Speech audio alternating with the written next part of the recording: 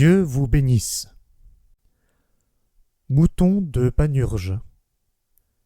On appelle ainsi les gens qui font ce qu'ils voient faire, qui agissent sans motif et uniquement par esprit d'imitation. C'est un bétail servile et sot, à mon avis, que ces imitateurs, on dirait des brebis, qui n'osent avancer qu'en suivant la première, et s'iraient sur ses pas jetés dans la rivière.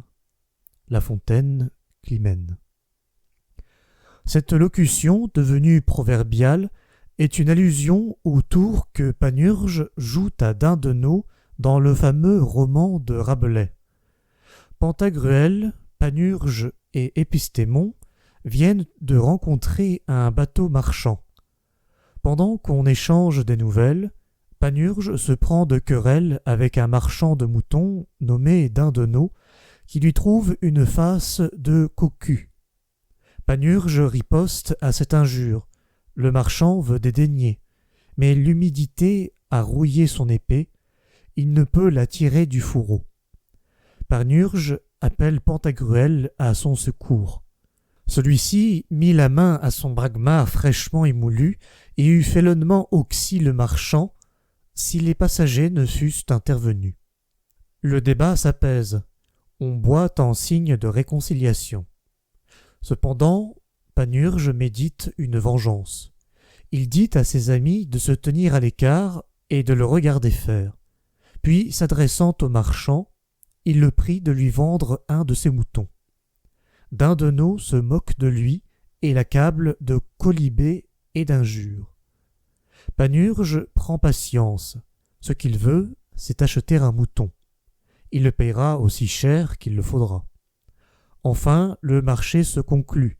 Panurge paye, choisit le plus beau mouton et l'emporte criant et bêlant, pendant que tous les autres, bêlant aussi, regardent de quel côté on emmène leurs compagnons. Soudain, je ne sais comment, le cas fut subit.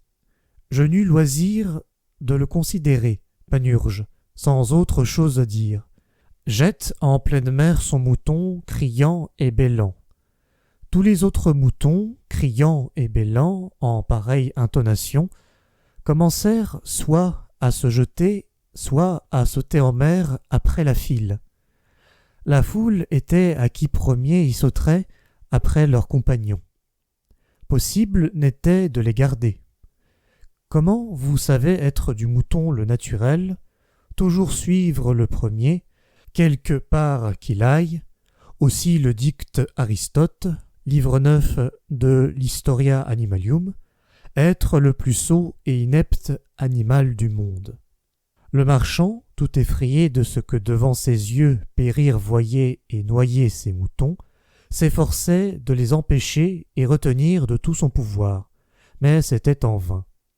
Tous à la file sautaient dedans la mer et périssaient. Rabelais, Pantagruel, livre 4, chapitre 8.